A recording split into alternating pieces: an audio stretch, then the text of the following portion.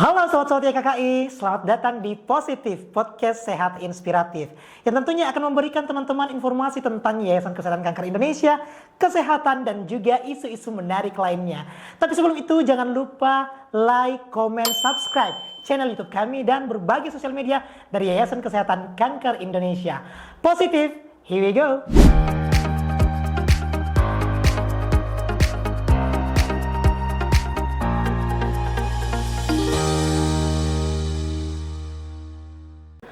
Halo Sobat Positif dimanapun kalian berada. Nah hari ini di tengah-tengah kita di podcast Positif kali ini kita sudah kedatangan orang-orang yang betul-betul terhormat menurut saya. Kenapa ya? Tentu saja di samping saya ada Kak T ya. Ini panggil Kak atau Pak atau Bu? Senyumnya saja ya. Oke. Karena saya juga pernah di YKKI. Kemudian pas saya masuk saya sedikit agak shock karena dipanggil Pak dengan teman-teman dan itu kemudian sudah termindset di kepala saya, oh YKKI orang budayanya adalah panggil Pak dan Bu. Oke, jadi di samping kanan saya itu ada Ibu Tea sebagai kepala cabang dari YKKI Sulawesi Selatan dan Sulawesi Barat. Di sampingnya ada Pak Rustam yang merupakan kepala cabang Sulawesi Tengah dan Sulawesi Tenggara. Apa kabar Pak? Apa kabar Bu? Alhamdulillah. Sehat Bu Tea ya? Alhamdulillah sehat Pak. Puasa? Masih puasa, alhamdulillah. Ya jadi ini merupakan di penghujung Ramadan kali ini kita sangat bersyukur di Positif karena bisa bertemu dengan orang-orang yang betul-betul berpengaruh di Yayasan Kesehatan Kanker Indonesia. Nah tentu saja tanpa berlama-lama lagi, ayo kita coba kulik-kulik kira-kira sebelum jadi kepala cabang, dua sosok ini itu apa sih sebenarnya sebelumnya kerjanya? Apakah dia sudah menjadi kepala cabang sebelumnya di yayasan-yayasan lain atau bagaimana? Mungkin kita mulai dari siapa dulu ya? Bu Tea dulu. Oke, Bu Tea. Ladies first. Silakan. Iya. Halo. Ya, jadi itu Pak, sebelum saya jadi kepala cabang di Selbar, prosesnya lumayan panjang. Artinya sebelum jadi kepala cabang, kan jadi konsultan dulu, baru koordinator. Tapi sebelum bergabung di YKKI, sempat merantau. Aslinya di mana Bu? Kemudian merantau kemana? Saya orang baru. Orang baru, oke. Terus, Sobat baru. Ada orang baru nih sebagai kepala cabang. Not. Aku baru. Aku baru. Makassar juga Bang Bu. Iya. Jadi merantau sempat 2 tahun di Kalimantan Selatan. Kerjanya di apotik. Di apotik, lalu kembali ke kampung. Sempat magang honor lah istilahnya. Magang kan kalau kuliah, kita kan sudah lulus honorer di Dinas Kesehatan Kabupaten Baru. Sembari honor, buka-buka postingan di Instagram waktu itu, lihat loker YKKI. Cobalah sebagai mendaftar. Konsultan. Iya, sebagai konsultan, cobalah mendaftar. Di training langsung sama Pak Ketua waktu itu. Pak Denny. Ya. Diterima, lalu penempatan di Palopo. Penempatan di Palopo itu penempatan pertama di Palopo? Iya, penempatan pertama di Palopo, kurang lebih 2 bulan di Palopo. Itu tahun berapa? 2016. Oh berarti awal YKKI berdiri ya? 1 bulan YKKI berdiri saya gabung Pak. Oke. Iya, 2016 tugas di Palopo kurang lebih 2 bulan, lalu dipindahkan ke Sulawesi Tenggara. Di Kendari. Ditawari jadi koordinator. Nah, jadi koordinator di sana, fase koordinator saya waktu itu kurang lebih 2 tahun. Keliling Sulawesi Tenggara, ke Papua Barat, di Kabupaten Biak Numfor, ke Sulawesi Tengah juga Pak Rustam. Enak kali ya, bisa jalan-jalan lintas provinsi. Itulah enaknya YKKI. Biasa yang betul ya. Iya. Wah. Tugas di Morowali, lalu ke Gorontalo. Baru kembali ke terakhir di Gorontalo, kembali ke Sulawesi Selatan. Lalu pas kembali di Sulawesi Selatan tahun 2018 waktu itu ditawarilah jadi kepala cabang. Kemudian jadi semenjak tahun 2018 18 kembali ke Sulawesi Selatan dan diangkat sebagai kepala cabang Sulselbar. Bukan. Oh, bukan. Belum. Belum di Sulselbar. Di mana berarti Iya. sebelumnya, Bu? Jadi waktu itu saya kepala cabang di Sultenggara kalau enggak salah. Oh, berarti tempatnya sekarang Pak Rustam. Iya, tempatnya Pak Rustam. Jadi waktu itu sempat di Palu jadi kepala cabang, kurang lebih 3 bulan menjabat kepala cabang di sana, terjadilah gempa Palu. Gempa Palu. Iya, Wah. 2018 Iya, bulan 2018. Oktober kalau nggak salah waktu itu. Jadi 4 tim, kita 4 tim itu semuanya kena gempa waktu itu, Pak. Tapi alhamdulillah tidak ada yang lecet satupun. Mungkin kuasanya Allah ya Selamat kan. lah, Bu, ya. Iya, alhamdulillah. Nah, jadi vakum istirahat selama 1 bulan karena banyak konsultan yang agak shock waktu itu, jadi mereka istirahat termasuk saya. Barulah ditawari kembali gimana kalau pindah ke Sulawesi Tenggara di Kendari. Iya. Dari Kendari lah saya kurang lebih di sana 1 tahun, lalu momennya kembali ke Sulawesi Selatan. Waktu itu ada rapat kepala cabang kalau tidak salah. Barulah saya ditawari jadi kepala cabang Sulselbar Di tahun 2019. 2019. Oke, berarti 1 tahun menjabat di Sulawesi Tengah dan Sulawesi Tenggara, kemudian ke Sulawesi Selatan dan Sulawesi menjadi Sulselbar. Sulselbar dan menjadi kepala cabang. Oke, itu dari Bu Tia. Nah, sekarang bagaimana dengan Pak Rustam? Kalau tadi Bu Tia itu berarti dari 2016 sampai hari ini 2024, berarti kurang lebih sudah 8 tahun 8 di tahun, Pak. YKKI. Wah, umurnya ini sudah cuma beda sebulan dari terbentuknya YKKI. Wah, Beda sebulan. berarti ya, selain Pak Denny, kita juga punya satu sosok yang betul-betul tahu bagaimana sebenarnya dinamika hingga YKKI berdiri sebesar ini hari ini. Nah, selanjutnya kita ke Pak Rustam. Nah, gimana kalau Pak Rustam? Sebelumnya di mana? Oke, terima kasih Pak Naldi ya. Iya. Oke, terkait dengan ceritanya kenapa bisa gabung akhirnya dengan YKKI dan sekarang beraktivitas di Sulawesi Tengah dan insya Allah akan menaungi di Sulawesi Tenggara. Sebelum di YKKI barangkali dulu ya. Iya, Jadi Pak Naldi, kita saya gitu kerja sebelumnya di yayasan, tapi di filantropi. Filantropi, itu bergerak di bidang apa? Lembaga Siswaf, Zakat, Infak, Sedekah dan Wakaf. Iya.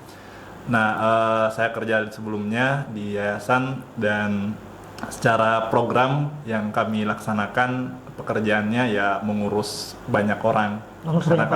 Karena saya di bidang program gitu ya, melaksanakan bidang pendidikan, kemudian tentang kesehatan juga, tentang ya banyak aktivitas-aktivitas sosial yang kami project dan laksanakan. Nah, bergabung di YKKI itu di tahun 2022. 2022, berarti 2 tahun yang lalu. Betul, menjelang 2 tahun. Ini kan baru awal. Iya. Itu di bulan Oktober. Di bulan Oktober. Saya sangat ingat tanggal keberangkatan saya bersama Pak Ketua dan rombongan gitu ya, tim yang berangkat itu tanggal 19, 20, 21 tiba di Palu. Nah, jadi berangkat dari Makassar, itu naik mobil bareng dengan Pak Ketua juga, dan itu maksudnya berkesan ya karena didampingi Pak Ketua. Terus sampai tanggal 21 Oktober baru kami tiba di Palu mempersiapkan aktivitas di sana. Nah, kalau apa lagi nih? Tapi tunggu sebelum itu, ini di tahun bergabung di Oktober 2022, kemudian langsung ke Palu bersama dengan Pak Ketua, artinya langsung menjadi kepala cabang. Tidak semudah itu. Karena dia pikiran saya, wah ternyata langsung direkrut dan menjadi kepala cabang. Wah, enggak. Gimana tuh tipsnya sebenarnya? Oh, jangan minta tips tentang itu karena beda. Jadi untuk sebelum saya berangkat itu 15 hari atau 20 hari sebelum itu sudah dipersiapkan oleh Pak Denny atau Pak Ketua untuk menjadi penanggung jawab di Sulteng. Tapi sebelum itu, karena ada proses dan mekanisme untuk bergabung di YKKI, maka saya melewati itu semua dulu. Nah, apa tuh prosesnya? Saya diminta untuk training dulu, jadi konsultan penyuluh. Iya kan? Iya, Pak. Sama Bu Tia inilah yang ngajarin saya kan? Emang ini Bu Tia, Jadi yang latih saya. Terus masuk lagi, diminta untuk mendata. Jadi selain jadi penyuluh, saya diminta untuk merasakan pendata. Jadi saya ingat data pertama saya dan saya akhirnya suluh sendiri itu ada di Kota Makassar ini. Kota Makassar. Iya. Jadi itu di ibu-ibu posyandu saya data sendiri, besoknya langsung saya lakukan penyuluhan. Jadi itu ada sekitar 10-15 hari saya menggeluti itu sambil mempelajari semua sistem di KKI, baru berangkat bareng Pak Denny. Berangkat itu bareng Pak persiapannya. Iya. Berarti memang persiapannya adalah training, kemudian ya menjadi kepala cabang seperti itu. Bisa dibilang begitu. Bisa dibilang seperti itu. Artinya untuk merekrut orang pun yang bisa dipercaya untuk langsung menjadi kepala cabang pasti tidak semerta-merta. Ada kemudian beberapa value yang pasti dimiliki oleh Pak Rustam, sehingga kenapa kemudian dipercayakan oleh kepala yayasan, ketua yayasan untuk menjadi langsung kepala cabang. Nah, iya, barangkali seperti itu. mungkin dari pengalaman-pengalamannya dan segala macamnya. Nah, selanjutnya mungkin teman-teman di rumah ingin tahu, menjadi kepala cabang itu apa sih yang dikerjakan? Kita dari Pak Rustam dulu. Siap. Menjadi kepala cabang apa yang dikerjakan? Apa yang dikerjakan kepala cabang? Ya, teman-teman semua, untuk jadi kepala cabang sebetulnya lebih pada tupoksi kepemimpinan ya, atau manajemen tentang naungan yang dibawahi seperti itu. Jadi ada tim yang kita kelola dan harus kita kontrol setiap harinya dalam aktivitas program penyuluhan dan juga di pendataan. Ya paling lebih pada manajemen saja sih. Lebih pada manajemen. Ya, iya. Terus barangkali Bu Tia menambahkan kali ya. Bu Tia, kira-kira apa lagi tugasnya seorang kepala cabang selain tadi fungsi controlling ke tim-tim yang dibawahi, itu apa lagi? Iya, tadi Pak Rustam sampaikan kalau kita ada tim-tim yang kita kontrol. Nah, tim-tim ini kita harus juga lengkapi. Nah, dengan cara salah satu itu kita lakukan proses rekrutmen. Oh, rekrutmen, iya betul sekali. Iya, jadi kita rekrutmen baik itu pendata maupun penyuluh. Artinya pendata ini yang melamar boleh non kesehatan. Kalau untuk penyuluh ya basicnya wajib kesehatan. Nah, itu kita rekrutmen lalu kita proses di kantor cabang Pak Rustamnya. Kurang lebih 1 minggu kita proses di kantor, lalu kita coba turunkan di lapangan, artinya ikut-ikut dulu sama tim yang beraktivitas. Nah, setelah ikut dengan tim yang beraktivitas, barulah mereka tanda tangan kontrak. Setelah itu barulah kita tentukan dia penempatannya di kabupaten mana misalnya. Nah, iya. Berarti tadi itu fungsi rekrutmen untuk melengkapi semua tim-tim yang ada di tiap-tiap kabupatennya. Oke. Nah, setelah tim semua terbentuk dan segala macamnya, sepanjang menjabat sebagai kepala cabang, apa sih hal yang paling seru dulu lah? Hal yang paling seru selama menjadi kepala cabang di Yayasan Kesehatan Kanker Indonesia. Butia ini paling banyak. Iya. Butia dulu. Seru. Serunya pasti banyak Pak Renaldi ya. Serunya pasti banyak. Nah, betul. Nah, salah satu kan tugas kepala cabang ini kan juga nanti akan ada kunjungan-kunjungan ke daerah. Kunjungan ke daerah. Saya memang hobi traveling dari awal. Jadi saya ingat tuh kata-kata Pak Ketua pada saat saya direkrut, yang hobi traveling pasti akan nyaman di YKKI nantinya. Karena YKKI ini kan kurang lebih sama dengan KKN. Nah, saya memang itu suka jalan, Pak. Hobi jalan. Nah, jadi kalau bertanya apa ya kesannya, apa yang paling menarik ya pada saat kunjungan ke tim-tim. Jadi bisa dibilang hampir seluruh kabupaten yang ada di Solo Selbar ya saya sudah pernah datangi. Wah, karena berkat menjadi seorang kepala cabang. Iya, luar biasa. Kalau Pak Rustam bagaimana Pak Rustam? Kalau Pak Rustam apa yang paling seru? Kan tadi Butia sudah nih, karena dia hobi traveling kemudian dia bisa mengekspresikan hobinya itu melalui kerjaan. Kalau Pak Rustam sendiri gimana? Yang seru ya? Yang seru bagi saya selama menjalan 2 tahun ya, jadi seorang kepala cabang di Sulawesi Tengah, lebih pada kegembiraan atau rasa kebahagiaan begitu ketika mengontrol tim. Jadi bisa dibayangkan Pak Renaldi ya, kalau kita punya harapan sama tim dengan pekerjaan yang akan kita lakukan. Karena saya penanggung jawab cabang, saya punya tanggung jawab dan merasa senang begitu ketika tanggung jawab saya ini dilaksanakan dengan baik, dan itu sampai kepada tim kami. Nah, itu menurut saya seru, apalagi kalau menjelang gajian. Nah, itu seru banget menurut saya. Menjelang gajian. Kenapa? Iya, karena mereka kan masuk kerja di YKKI kan motifnya untuk gaji Iya, kan. untuk Selain gaji. dari keseruan yang lain, tapi menurut saya itu sesuatu yang membahagiakan karena saya menjadi penanggung jawab cabang, kemudian tim-tim ini bergabung yang setelah kita rekrut begitu dan bisa menikmati pekerjaan di sini. Jadi lebih pada kebahagiaan bersama tim-tim yang ada di situ. Oke. Kirain kepala cabang itu kerjanya ya nggak ada yang seru karena kan cuma di kantor merekrut dan segala macamnya seperti yang mungkin beberapa akhir-akhir ini saya lihat di Butea kan datang kantor ada anak training, di training dulu. Iya, tadi kan seru juga kan. Iya. Kita berangkat dari itu. Jadi kan kalau merekrut tim itu atau orang ya personal itu kita banyak menghadapi karakter. Jadi keseruan itu ada di situ juga Pak Renaldi ya. Harus Jadi menghadapi orang-orang. Iya. Jadi kita tuh melihat ini orang jujur, oh ini orang tulus, terus ini orang semangat, ini loyo kan. Oh ini coba-coba saja daftar. Nah itu semua kita perhatikan dan bagus. Maksudnya jadi hal pengalaman bagi kita. Oke. Nah itu tadi adalah keseruan-keseruan. Nah bagaimana dengan tantangan-tantangan nih? Apa sih hal-hal yang berat yang ditanggung sebagai seorang kepala cabang? Selain traveling dan segala macamnya, bertemu dengan banyak orang, memahami karakter orang-orang itu bagaimana. Nah, apa yang menjadi tantangannya? Bu Tea dulu. Tantangan. Oke, berbicara tantangan, saya lebih ke tantangan yang menantang buat saya ya Pak Renaldi selama jadi kepala cabang itu ya itu pada saat rekrutmen sebenarnya. Kenapa iya, pada saat rekrutmen? Terlalu sering di PHP. Oh iya sih. Bagaimana Pak? PHP. Ya kan? Kayak bagaimana tuh motif PHP-nya Bu? Artinya gini, kita training sudah beberapa hari, sudah siap kerja, bahkan sudah tanda tangan kontrak. Di interview, siap penempatan di kabupaten ini misalnya, sudah dapat izin orang tua misalnya, tapi pada saat penempatan dan ingin pemberangkatan nggak ada kabar. Jadi PHP-nya di situ Pak. Betul. Jadi Sudah diharapkan terus tidak muncul, tidak hadir. PHP.